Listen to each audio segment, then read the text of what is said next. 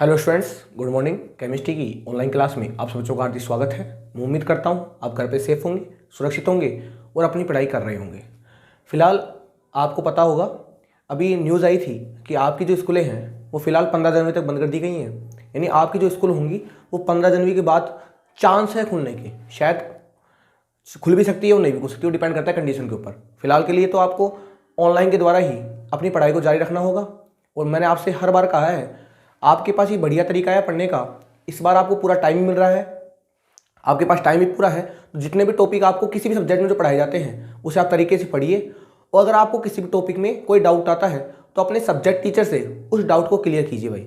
नहीं तो आपके डाउट रह जाएंगे, फिर आप सीख नहीं पाओगे। और आप इस बात को मान के चलना, जिस विद्यार्थी ने इस 11th क्लास के अंदर अगर पढ़ाई पर ध्यान नहीं दिया, उसे इसका असर 12th क्लास में देखना होगा भाई। क्योंकि अधिकतर विद्यार्थियों को तो ये लग रहा है कि ऑनलाइन चल रही है, हमारी तो एग्जाम लगेगी नहीं और हम पढ़ेंगे नहीं। इसलिए मेरा मोटिव आपसे ये रहेगा इस लेक्चर के द्वारा कि आप जो टॉपिक आपको पढ़ाए जा रहे हैं उसके लिए आप तैयार हो, उस टॉपिक को आप किताब से पढ़ने की कोशिश करें। मैं तो पूरा लेक्चर आपको समझा ही रहा हूँ, फिर भी आप इस लेक्चर को एक बार किताब में देखा करो भाई। इस टॉपिक के अंदर, इस टॉपिक के अलावा और कौन कौन सी नॉलेज इस टॉपिक में छुपी हुई है। जबकि मेरा काम ये होता है कि पूरी किताब से जितने भी टॉपिक मैं ले सकता हूँ वो सब आपके सामने डिस्कस कर लेता हूँ। फिर भी आपका काम ये होता है, जो भी टॉपिक आपको पढ़ाया जाए उसे एक बार आप पढ़ो और फिर उसे किताब में जरूर देखिए, ताकि आपको पूरा लग जाए कि हाँ, हमने जो टॉपिक पढ़ा है वो टॉपिक पूरा क्लियर है। ये आपका पढ़ने का शेड्यूल होगा और ये आपके पढ़ने का तरीका होगा भाई। इससे क्या है, एक तो आपका टॉपिक रिवाइज हो जाएगा और इसके साथ साथ ही आपको कुछ अगर अलग से नॉलेज किताब में लिखी हुई है वो भी जानने का क्या मिल जाएगा भाई, मौका मिलेगा। काम तो आपका ही करना होगा। आप एनसीईआरटी बुक ले लीजिएगा, उसमें पूरी चीजें लिखी हुई हैं। समझ में बात? तो बिना बात किए आज का हम अपना टॉपिक स्टार्ट करते हैं। हम बात कर रहे थे पहले स्पेक्ट्रम के बारे में। स्पेक्ट्रम क्या था, मैंने आपको बताया था, किसी भी मैटर को या किसी भी पार्टिकल को एक रेगुलर तरीके से जमाने का जो क्रम होता है उसे आप बोलते हो स्पेक्ट्रम। फिर हमने इलेक्ट्रोमैग्नेटिक वेव का स्पेक्ट्रम बनाया था, जिसमें हमने वेव को ऑर्डर में जमाया था, एनर्जी के घटते हुए क्रम में, लैम्बडा के बढ़ते हुए क्रम में, जैसे भी था वो सब मैंने आपको डायग्राम बता दिया था। फिर हम ये सीखना चाहते थे कि स्पेक्ट्रम कितने प्रकार का होता है, तो मैंने बताया स्पेक्ट्रम को सामान्य रूप से दो आधारों पर वर्गीकृत किया गया था। पहला आधार हमारे पास क्या था, उत्पत्ति के आधार पर, प्रकृति के आधार। प्रकृति के आधार कितने प्रकार होता है, दो प्रकार का। एक तो कौन सा होता है, कंटिन्यूअस, और एक हमारे पास होता है डिसकंटिन्यूअस। कंटिन्यूअस क्या होता है, जिसमें लाइनों के मध्य कोई भी आपको अंतराल दिखाई नहीं देता, यानी लाइनें एक के ऊपर एक होंगी, उसे बोलते हो आप कंटिन्यूअस। डिसकंटिन्यूअस क्या था, जिसमें लाइनों के मध्य आपको अंतराल दिखाई देता है। और मैंने आपसे कहा था, जितने भी केमिस्ट्री के अंदर मॉलिक्यूल्स है, जितने भी केमिस्ट्री के अंदर एटम्स है, यानी जितने भी केमिस्ट्री के अंदर अणु हैं, जितने भी केमिस्ट्री के अंदर परमाणु हैं, उन सबके स्पेक्ट्रम कैसे होते हैं, डिसकंटिन्यूअस। कहानी क्लियर थी। फिर मैंने बताया था आपको उत्पत्ति के आधार पर स्पेक्ट्रम को हमने दो भागों में बांटा था। एक तो हमारे पास था एब्जॉर्प्शन स्पेक्ट्रम और एक हमारे पास था एमिशन स्पेक्ट्रम। एब्जॉर्प्शन क्या होता है, जो फोटोन को अवशोषित करने से बनता है। एमिशन क्या होता है, जो लाइट को एमिट करने से बनता है। क्लियर था। और मैंने आपसे कहा था, जो लाइन एब्जॉर्प्शन में होगी वो लाइन एमिशन में होगी ही होगी, लेकिन जो लाइन एमिशन में होगी उसकी कोई गारंटी नहीं है, वो एब्जॉर्प्शन में हो भी सकती है और वो नहीं भी हो सकती है। क्लियर बात है। ये बातें मैंने बताई थी आपको। और फिर हमने जो चर्चा की थी वो चर्चा की थी हाइड्रोजन स्पेक्ट्रम के बारे में। बताया था आपको कि जब हाइड्रोजन गैस को जब सीआरटी एक्सपेरिमेंट में डाला जाता है तो एक नीले रंग का प्रकाश उत्पन्न होता है। उस प्रकाश को जब आप प्रिज्म से गुजारते हो तो प्रकाश 6 लाइनों में टूट जाता है। यानी आपके पास जो फोटोग्राफी प्लेट होगी उस प्लेट पे 6 लाइन दिखेंगी, वो होगा उसका एब्जॉर्प्शन स्पेक्ट्रम। और उन 6 लाइनों के कारण ही आपके पास एमिशन स्पेक्ट्रम आया था, जिसमें कितनी लाइन आई थी, 6 लाइनें। कौन कौन सी, एक तो हमारे पास लाइमन, एक बामर, एक पास्चन, एक ब्रैकेट, एक फुंड और एक हम्फ्रे, जिसमें N1 की वैल्यू फिक्स थी। N1 क्या होता है, जहां पर इलेक्ट्रॉन आएगा। N2 क्या है, जहां से इलेक्ट्रॉन आएगा। और मैंने कहा था N1 की वैल्यू फिक्स होती है, N2 की वैल्यू कुछ भी हो सकती है भाई, वो डिपेंड करता है कंडीशन के ऊपर। और मैंने बताया था आपको कि ये इनका रीजन क्या क्या होगा। लाइमर हमारे पास अल्ट्रावायलेट में आती है, बामर हमारे पास विजिबल रीजन में आती है, और बाकी जितनी भी सीरीज थी वो सब आती है अपने पास इंफ्रारेड रीजन में। इसके अलावा मैंने आपको एक फॉर्मूला बताया था कि आप लाइनों को कैसे काउंट करोगे। फॉर्मूला बताया था मैंने आपको, N2 - N1, N2 - N1 + 1 / 2। ये सारी बातें इससे पहले वाले लेक्चर में मैंने आपके साथ डिस्कस की थी। उम्मीद करता हूं यहां तक की पूरी बातें आपको क्लियर हो गई होंगी। बातें क्लियर है। आज जो हम बात करने वाले हैं वो बात करने वाले हैं डे ब्रोगली के बारे में। हम बात करेंगे आज डे ब्रोगली संकल्पना। किसके बारे में बात करेंगे, काफी इंपॉर्टेंट टॉपिक है, पढ़ने में बड़ा मजा आता है इसको। सुना ध्यान से, क्या लिखा हुआ है, डे ब्रोगली संकल्पना। इंग्लिश में बोले तो डे ब्रोगली हाइपोथेसिस, इसे बोलते हैं डे ब्रोगली हाइपोथेसिस। देखो देने वाला साइंटिस्ट था डे ब्रोगली। कौन था इसको देने वाला साइंटिस्ट था डे ब्रोगली। एक साइंटिस्ट का नाम था डे ब्रोगली। उस डे ब्रोगली ने एक हाइपोथेसिस दिया था, यानी एक परिकल्पना दी थी, जिसे बोलते हैं डे ब्रोगली संकल्पना। ठीक है, इस डे ब्रोगली का काफी अच्छा काम था। अगर आप पढ़ना चाहो एटॉमिक स्ट्रक्चर में यानी परमाणु संरचना में, इस डे ब्रोगली का काफी अच्छा रोल रहा है। यानी इसने कुछ फॉर्मूले इस प्रकार बताए हैं जिससे काफी मदद हमको वेवलेंथ निकालने मिलती है भाई। अब देखो डे ब्रोगली ने कहा क्या। पहली बात तो ये कि जो डे ब्रोगली था उसने काम किया था बोहर के एटॉमिक मॉडल के ऊपर। भाई बोहर के पास अगर तुमको याद हो तो मैंने कहा था बोहर ने क्या कहा था कि जब भी इलेक्ट्रॉन, उसने क्या कहा था, इलेक्ट्रॉन केवल उसी ऑर्बिट में चक्कर लगाएगा जिसके एंगुलर मोमेंटम का मान mvr इक्वल टू क्या होगा, nh/2π। अरे ये तो कहा था बोहर ने क्या कहा था, इलेक्ट्रॉन केवल उसी ऑर्बिट में चक्कर लगाता है जिसके एंगुलर मोमेंटम का मान, यानी जिसके कोणीय संवेग का मान nh/2π का पूर्ण गुणज होता है। लेकिन वो ये नहीं बता पाया कि ये mvr इक्वल टू nh/2π कहां से आया। उसने ये तो कहा कि इलेक्ट्रॉन वहां पर होता है जिसके कोणीय संवेग का मान nh/2π का पूर्ण गुणज होता है। लेकिन बोहर अपने पूरे जीवन काल में इस बात को नहीं समझा सका कि ये mvr इक्वल टू nh/2π कहां से आया। उसने बोल तो दिया लेकिन वो नहीं समझा पाया कि ये mvr इक्वल टू nh/2π कहां से आया। इसको समझाने के लिए कौन आया भाई, डे ब्रोगली। उसने एक संकल्पना दी जिसे बोलते हैं डे ब्रोगली संकल्पना। बात समझ आ रही है। यानी मैं आपसे कहूंगा बोहर के जो एंगुलर मोमेंट, इसे बोलते हैं, हिंदी में बोलते हैं कोणीय संवेग। क्या बोलते हैं इसे, कोणीय संवेग। बताया था मैंने आपको, इसे बोलते हैं कोणीय संवेग। यानी कोणीय संवेग के बारे में कौन बताएगा हमें कि ये mvr इक्वल टू nh/2π कैसे होता है, इसकी जानकारी कौन देगा हमें, डे ब्रोगली। कौन देगा, डे ब्रोगली। तो बताऊंगा आपको कि ये फॉर्मूला कैसे आता है, वो कौन बताएगा हमें, वो बताएगा हमें डे ब्रोगली। यहां तक बात क्लियर है। यानी बोहर ने हमसे ये कहा था इलेक्ट्रॉन केवल उसी ऑर्बिट में चक्कर लगाता है जिसके लिए कोणीय संवेग का मान nh/2π का क्या होता है, पूर्ण गुणज। लेकिन ये पूरे जीवन काल में ये नहीं बता पाया कि mvr इक्वल टू nh/2π कैसे होता है। वो किसने बताया था, डे ब्रोगली में। लेकिन डे ब्रोगली ने इससे पहले हमें कुछ जानकारी दी थी। बताऊंगा वो जानकारी क्या है। देखो पहले बताता हूं डे ब्रोगली ने कहा क्या।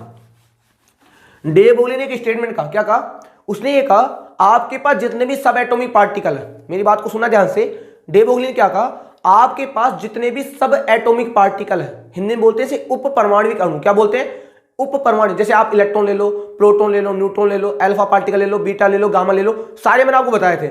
जितने भी आपके पास सब एटॉमिक पार्टिकल है उनके सबके पास, सुन देश क्या कह रहा है वो, जितने भी आपके पास क्या है, सब एटॉमिक पार्टिकल, क्या है, सब एटॉमिक पार्टिकल, चाहे वो इलेक्ट्रॉन हो, चाहे प्रोटॉन हो, चाहे अल्फा हो, चाहे न्यूट्रॉन हो, चाहे बीटा हो, एनीथिंग, क्या होने चाहिए, सब एटॉमिक पार्टिकल।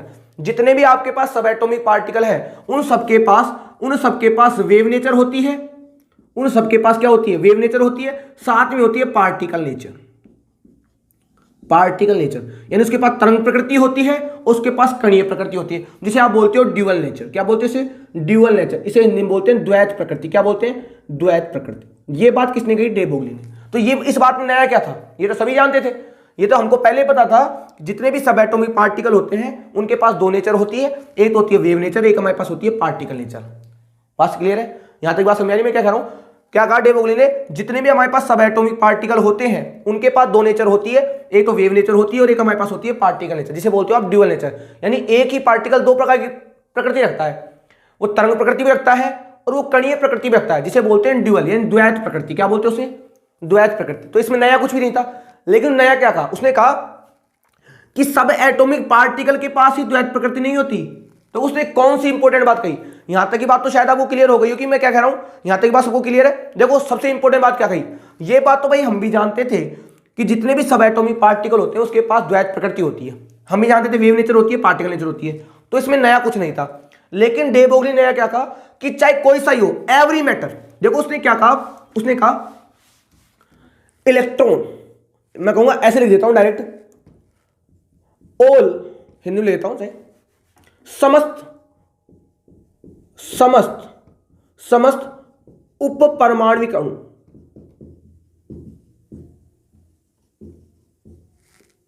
समस्त उप परमाणविक कण, हिंदी में बोलते हैं पार्टिकल, क्या बोलते हैं, कण। ठीक है, उसने क्या कहा, समस्त उप परमाणविक कण तथा मैटर। ये बात इंपॉर्टेंट कही उसने क्या कहा, जितने भी सब एटॉमिक पार्टिकल हैं उनके पास तो वेव नेचर पार्टिकल नेचर होती ही होती है। और दुनिया में जितने भी मैटर हैं, सुनो क्या कहा उसने, ये बात सबसे इंपॉर्टेंट, मैं इंग्लिश में बता देता हूं आपको ताकि आपको बातें पूरी क्लियर हो जाए। उसने क्या कहा, जितने भी सब एटॉमिक पार्टिकल हैं, जितने भी सब एटॉमिक पार्टिकल हैं, उनके पास कौन सी नेचर होती है, ड्यूअल नेचर होती है। क्या होती है उनके पास, ड्यूअल नेचर होती है। उसके पास वेव नेचर भी होती है, उनके पास पार्टिकल नेचर भी होती है। ये बात तो को नहीं थी, उसने नई बात क्या कही, जितने भी मैटर हैं, देखो कौन सी इंपॉर्टेंट बात इसने कही। मैटर जानते हो ना, मैटर क्या है, शुरू में जब मैंने पहला चैप्टर पढ़ाया था आपको, some basic concept of chemistry, उसमें बताया था मैंने आपको मैटर के बारे में। मैटर क्या होती है, जो स्थान को घेरता है और जिसका मास होता है, यानी जो स्थान को घेरता है जिसका मास होता है, उसे आप क्या बोलते हो, मैटर। क्या बोलते हो उसे आप, दुनिया की हर चीज मैटर है, मैं भी मैटर हूं, आप भी मैटर हो, ये मार्कर मैटर, ये बोर्ड भी मैटर है। जिसने स्थान को घेरा है जिसका मास होता है, जिसने स्थान को घेरा है जिसका मास होता है, उसे आप बोलते हो मैटर, उसे आप क्या बोलते हो, मैटर। बात समझ आ रही है। उसने क्या कहा कि सब एटॉमिक पार्टिकल के पास ही वेव नेचर नहीं होती, इनके पास तो होती है कि दुनिया में हर मैटर के पास, सोचो कौन सी इंपॉर्टेंट बात इसने कही, उसने कहा दुनिया की हर मैटर के पास, मैटर क्या होता है, जो स्थान को घेरता है जिसका अपना मास होता है, उनके पास भी कौन सी नेचर होती है, वेव नेचर। कैसी नेचर होती है, वेव नेचर। देखो कौन सी इंपॉर्टेंट बात कह दी, इसका मतलब ये हुआ कि सर हमारे अंदर भी वेव नेचर होगी। हाँ भाई बिल्कुल होंगी, हमारे अंदर भी वेव नेचर होती है, इस मार्कर के अंदर वेव नेचर होती है, इस बोर्ड के अंदर वेव नेचर होती है। यहां तक कि मैं बात करूं, आप जो क्रिकेट खेलते हो बॉल के, उस बॉल के अंदर भी कौन सी नेचर होती है, वेव नेचर। सोचो कौन सी इंपॉर्टेंट बात इस डे ब्रोगली ने कही। डे ब्रोगली ने क्या कहा, पता लग गया ना आपको। डे ब्रोगली ने यह कहा कि इलेक्ट्रॉन के पास ही वेव नेचर नहीं होती, वो तो होती है, उसमें तो कोई शक ही नहीं है कि दुनिया में हर मैटर के पास, मैटर क्या होता है, मैटर क्या होता है, जो स्थान को घेरता है, बताया था मैंने आपको, जो स्थान को घेरता है, जो स्थान को घेरता है तथा जिसका मास होता है, तथा जिसका मास होता है, यानी जिसका वजन होता है, उसे क्या बोलते हो आप, मैटर। दुनिया की हर चीज तो मैटर है, जिसने स्थान को घेरा है जिसका मास है, उसे क्या बोलते हो आप, मैटर। और हर मैटर के पास कौन सी नेचर होती है, वेव नेचर। क्या होती है, वेव नेचर। सोचो कौन सी इंपॉर्टेंट बात डे ब्रोगली ने कही। डे ब्रोगली ने क्या कहा कि हर मैटर के पास कौन सी नेचर है, वेव नेचर।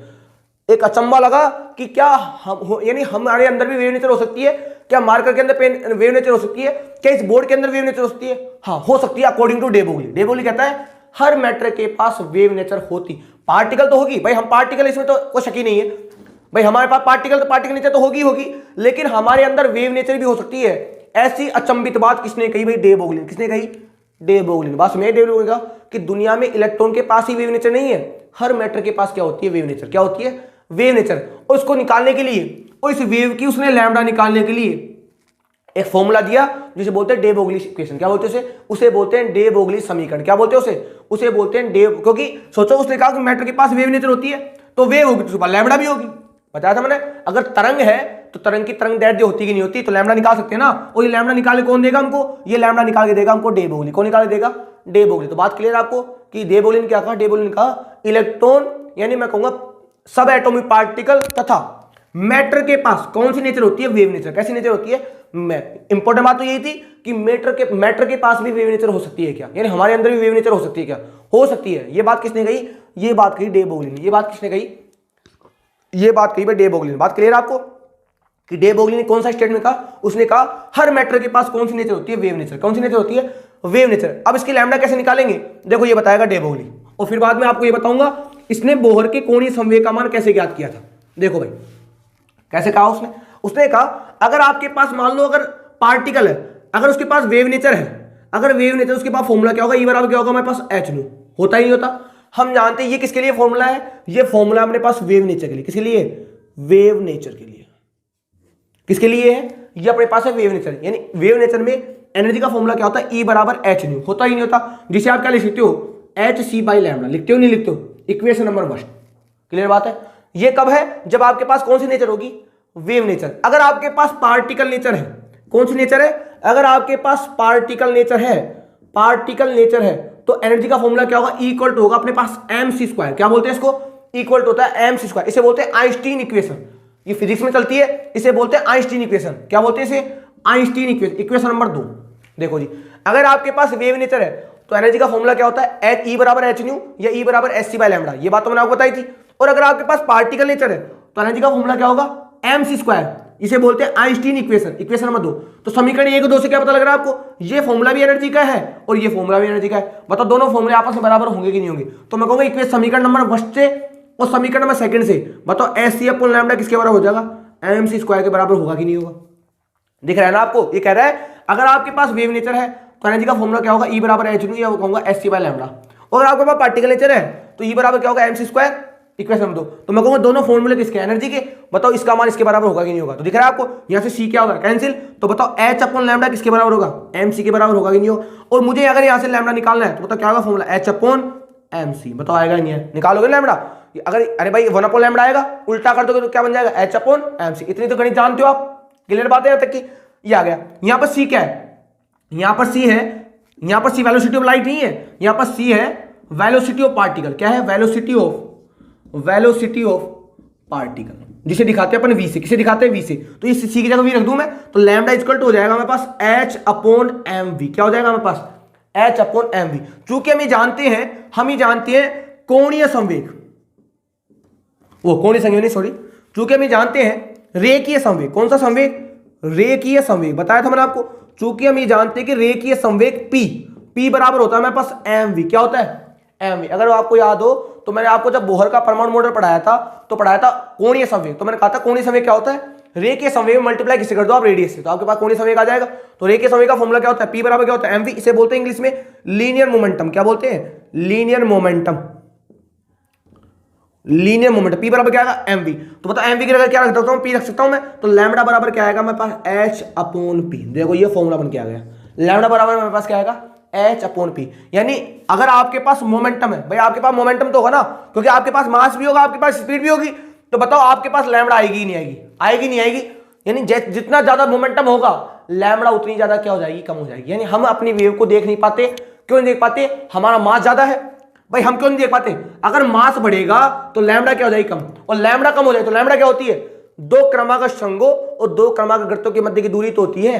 तो जैसे जैसे मास बढ़ेगा मैं कहूंगा लैम्डा की वैल्यू क्या चल जाएगी, कम होती चल जाएगी। इसलिए हम कहते हैं हम अपनी वेव को देख नहीं पाते, जबकि हमारे अंदर वेव नेचर होता है। दिख रहा है ना भाई, हमारा मास भी होगा, हमारी वेलोसिटी भी होगी, और इसका मान तो कांस्टेंट होता है, प्लांक स्थिरांक है। बताओ लैम्डा कैलकुलेट करोगे नहीं करोगे, कर लोगे।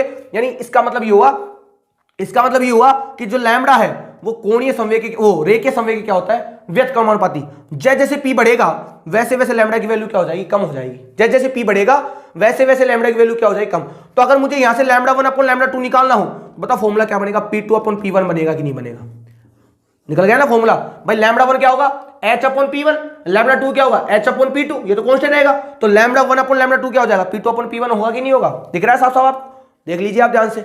ये इक्वेशन होती है डे बोगली इक्वेशन। इसे क्या बोलते हैं, इसे बोलते हैं डे बोगली समीकरण। क्या बोलते हैं इसे बोलते हैं डे बोगली समीकरण। तो पता लग गया ना आपको कि हर मैटर के पास कौन सी नेचर होती है, वेव नेचर। जो हर मैटर के पास मास होगा, उसके पास वेलोसिटी होगी, और ये तो क्या है, एस तो क्या है हमारे पास, प्लांक स्थिरांक, प्लांक्स कांस्टेंट। क्या होता है ये होता है प्लांक्स स्थिरांक, जिसकी वैल्यू कितनी होती है 6.626 इंटू 10⁻⁻34 जूल इंटू सेकेंड। निकलवाई थी ये वैल्यू तो मैंने आपको, क्लियर बात है। ये वैल्यू रख दोगे आप यहाँ पे। लैम्डा आप किसका डिपेंड करेगा, मोमेंटम पे। जितना रेखीय संवेग ज्यादा होगा उतनी वेवलेंथ क्या हो जाएगी, हमारे पास कम हो जाएगी। क्लियर बात है। तो यहां से क्या निकाल सकते हो आप, ये निकाल सकते हो कि हर मैटर के पास कौन सी नेचर होती है, वेव नेचर होती है। उसकी लैम्डा क्या होगी, H अपॉन P। अब मैं कहूंगा H अपॉन एम वी की क्या होगी भाई, बराबर। ध्यान से देख लीजिए आप इस इक्वेशन को। इसे बोलते हैं डे बोगली इक्वेशन। इसे क्या बोलते हैं, इसे बोलते हैं हम डे बोगली का समीकरण। किसका समीकरण, ये हमारे पास होता है डे बोगली समीकरण। कौन सा समीकरण होता है, डे बोगली समीकरण। क्लियर बात है, यहां तक की बात आपको क्लियर हो गई। तो हमारा फॉर्मूला क्या बन गया है, हमारा फॉर्मूला है lambda equal to H upon P।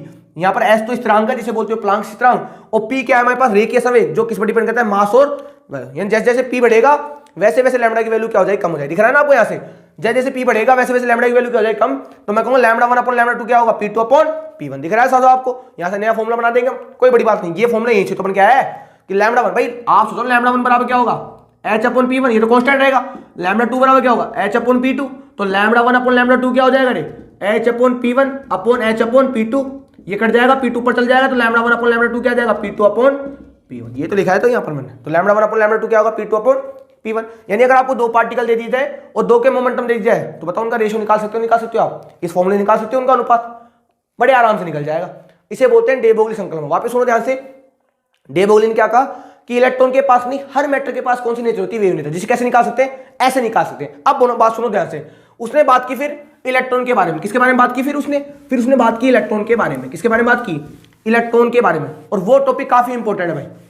देखो यहां तक बात क्लियर है आपको। इसने कौन सा फॉर्मूला लिखा, डे बोगली ने lambda equal to H upon M V, या मैं कहूंगा लैम्बडा इजकल टू क्या था अपने पास, h upon P.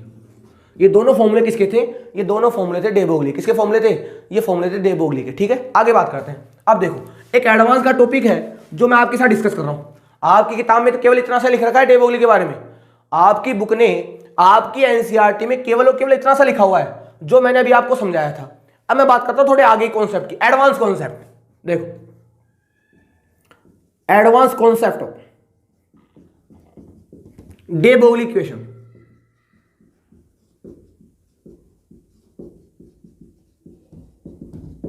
Advance concept of day Broglie hypothesis कि इसका एडवांस कॉन्सेप्ट क्या होगा। सुनो, एक साइंटिस्ट था, उसे बोलते हैं Davisson, Davisson and Germer experiment.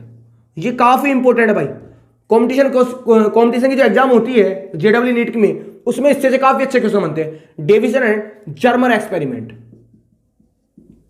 Davisson है, हिंदी में लिख देता हूं, डेविसन, डेविसन तथा जर्मन प्रयोग। कौन सा प्रयोग, डेविसन तथा जर्मन प्रयोग। कौन सा प्रयोग है, डेविसन साइंटिस्ट का नाम है और जर्मन भी साइंटिस्ट का नाम है। ये एडवांस कॉन्सेप्ट है, आपकी किताब में तो केवल केवल इतना लिख रखा है जो मैंने अभी आपको बताया था। ये जो कॉन्सेप्ट है वो एडवांस कॉन्सेप्ट भाई काफी इंपॉर्टेंट है, और कई बार कॉम्पिटिशन एग्जाम में इससे काफी अच्छे क्वेश्चन बनते हैं।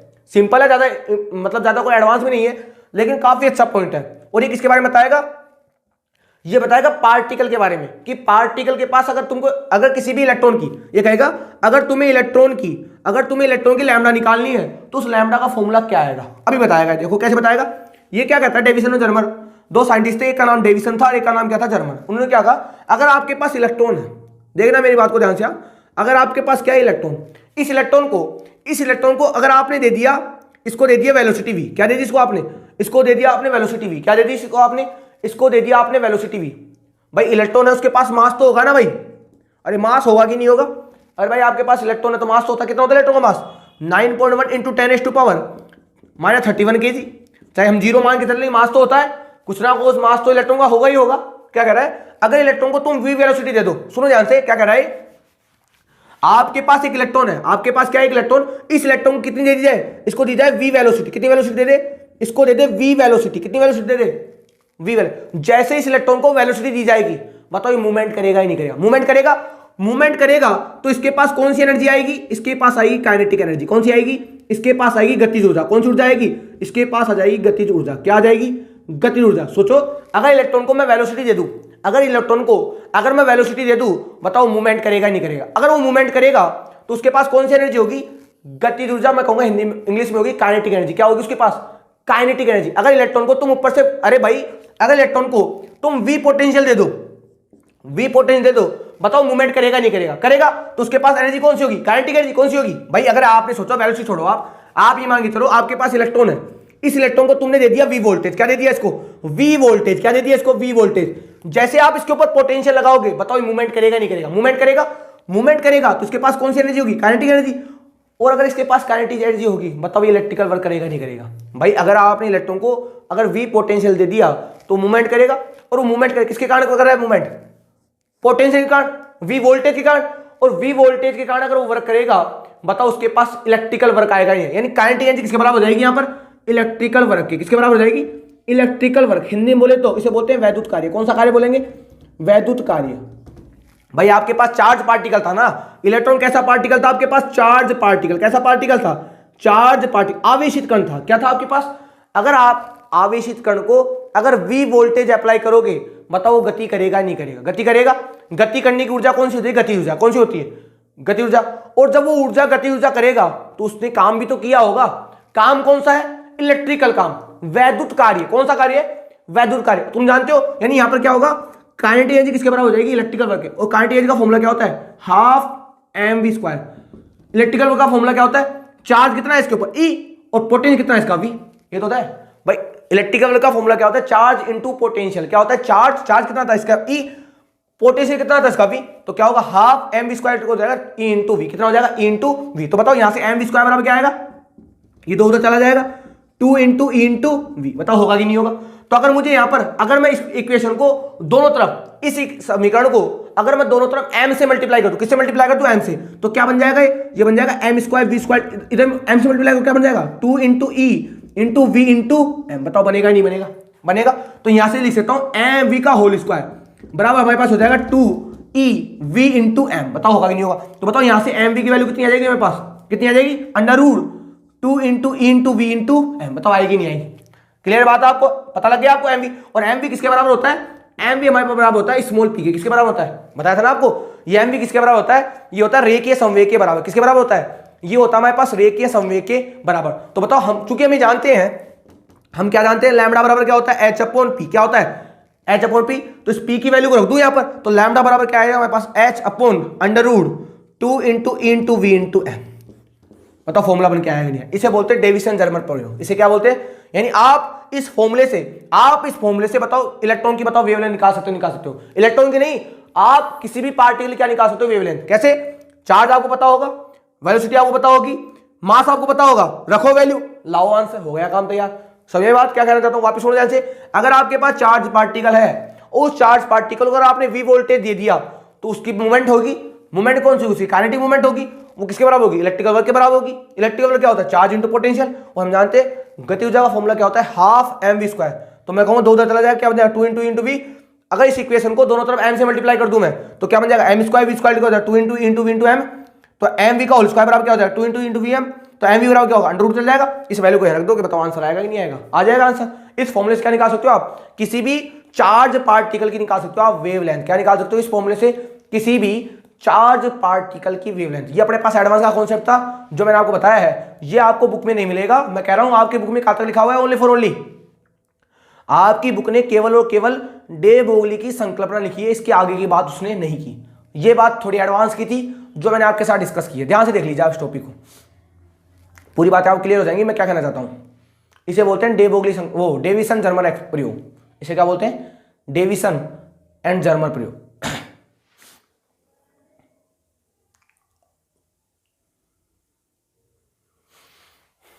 क्लियर हो गया, क्लियर हो गया। यहां पर ये क्या है, चार्ज ऑन पार्टिकल, वी क्या है, वोल्टेज, एम क्या है, मास, एस क्या है, प्लांक की तरह रख दोगे वैल्यू, आपके पास आंसर आ जाएगा। क्या निकाल सकते हो आप, लैम्डा निकाल सकते हो ना किसी पार्टिकल की, निकाल सकते हो, बड़ी बात नहीं है इसके अंदर। ठीक है, क्या ये बात है कि डेविसन मतलब डेविसन जर्मर का प्रयोग क्या था और डे ब्रोगली संकल्पना का यहां पर किस प्रकार उपयोग किया गया। जबकि डे ब्रोगली ने क्या कहा था कि पार्टिकल के पास तो होती है, आप किसी मैटर में क्या निकाल सकते हो, वेव नेचर। क्या निकाल सकते हो, उसकी वेव नेचर। कैसे निकालोगे, बताया था आपको फॉर्मूला। ठीक है, तो 2 फॉर्मूले आ गया हमारे पास, एक फॉर्मूला तो हमारे पास ये आ गया, एक फॉर्मूला हमारे पास ये आ गया। दोनों ही फॉर्मूले काम किए, ध्यान रखना इस चीज के बारे में। क्लियर बात है, बात आपको समझ आ रही है, क्लियर समझ गया बात कि आप किसी पार्टिकल की वेवलेंथ कैसे निकालोगे, किसके प्रयोग द्वारा, डेविसन जर्मर प्रयोग के द्वारा। अब हमारा जो टॉपिक होने वाला है अगला, वो टॉपिक होगा, क्योंकि मैंने आपको क्या कहा था अभी, मैंने आपको ये कहा था कि बोहर ने ये कहा था कि M we are equal to N h upon होता है 2 पाई।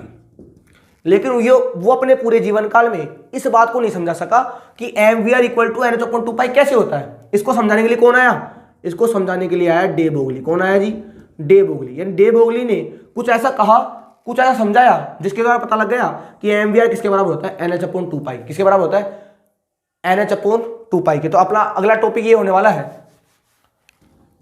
M we are equal to N H upon 2 pi क्या बोलते हैं, कोणीय संवेग। यानी अपना टॉपिक होने वाला है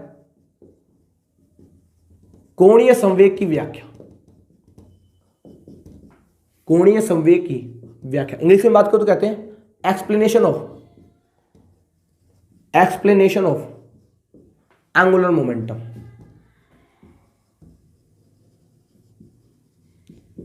explanation of angular momentum by day Broglie. कि डे ब्रोगली ने कोणीय संवेग की व्याख्या किस प्रकार की, उसने कैसे बताया कि M we are equal to N H upon 2 pi कैसे होता है, वो बताएगा आपको डे ब्रोगली। कि डे ब्रोगली ने कैसे बताया कि M we are equal to क्या होता है, एन एच अपॉन 2 पाई। जबकि ये बात बोहर ने कही थी, लेकिन बोहर ने इस बात को एक्सप्लेन नहीं कर पाए कि ये M we are equal to N H upon 2 pi कैसे होता है। उसको कौन समझाएगा, उस समझाएगा डे ब्रोगली। कौन समझाएगा, डे ब्रोगली। तो अपना टॉपिक क्या है अपने पास, कोणीय संवेग की व्याख्या। कि डे ब्रोगली ने M we are equal to N H upon 2 pi कैसे कहा, और वो बात करेंगे हम इससे आगे वाले लेक्चर में। आज के लिए इतना ही, अगले लेक्चर में हम इस पॉइंट को डिस्कस करेंगे कि डे ब्रोगली ने ये कैसे कहा कि M we are equal to N H upon 2 pi किस प्रकार होता है, समझाऊंगा। कुछ इंपॉर्टेंट बातें भी मैं बताऊंगा आपको कि आप डे ब्रोगली को सोचो। आप कभी आपने ऐसा इमेजिन किया है कुछ इस प्रकार से, अगर मान लो एग्जाम में आपको ये बना के दे दे, ऐसी चक्री से बना के दे दे और आपसे कहे इसकी एनर्जी निकालो, आप क्या निकालो? इसकी एनर्जी। सोचो अगर आपको ये बना के दे दे और कह रहा है कि इसके लिए आप एनर्जी निकालो और आपको दे दिए z बराबर 2 अपने पास है, क्या कहते हैं आपसे कि आपके पास ये डायग्राम बना हुआ है जहां पर z बराबर अपने पास 2 है और कह रहा है उसकी एनर्जी निकालो। तो एनर्जी का फॉर्मूला क्या होता है? एनर्जी का फॉर्मूला क्या होता है? एनर्जी का -13.6 into Z square upon N square. तो जेड की वैल्यू तो हमें पता है, लेकिन हमें एन की वैल्यू पता नहीं। और कौन बताएगा वो एन की वैल्यू? हमें बताएगा डायग्राम। हमें ये डायग्राम बताएगा कि इस डायग्राम के लिए एन की वैल्यू कितनी होगी। तो सोचो इस प्रकार के क्वेश्चन कॉम्पिटिटिव एग्जाम पूछे जाते हैं जिसमें आपको डायग्राम बना के दे दिया जाएगा और पूछी जाएगी आपसे एनर्जी। तो हमें हर तरह से तैयार रहना है और उसमें पूरी हेल्प करूंगा भाई आपकी मैं, ठीक है। तो डे ब्रोगली आपको ये बताएगा कि इन डायग्राम के द्वारा आप एन की वैल्यू को किस प्रकार निकालोगे। अपने आप में काफी इंपॉर्टेंट बात है और काफी डिस्कस्टिंग बात है, ठीक है। अगले लेक्चर में डिस्कस करेंगे कोणीय संवेग की व्याख्या के बारे में। आज के लिए इतना ही, धन्यवाद।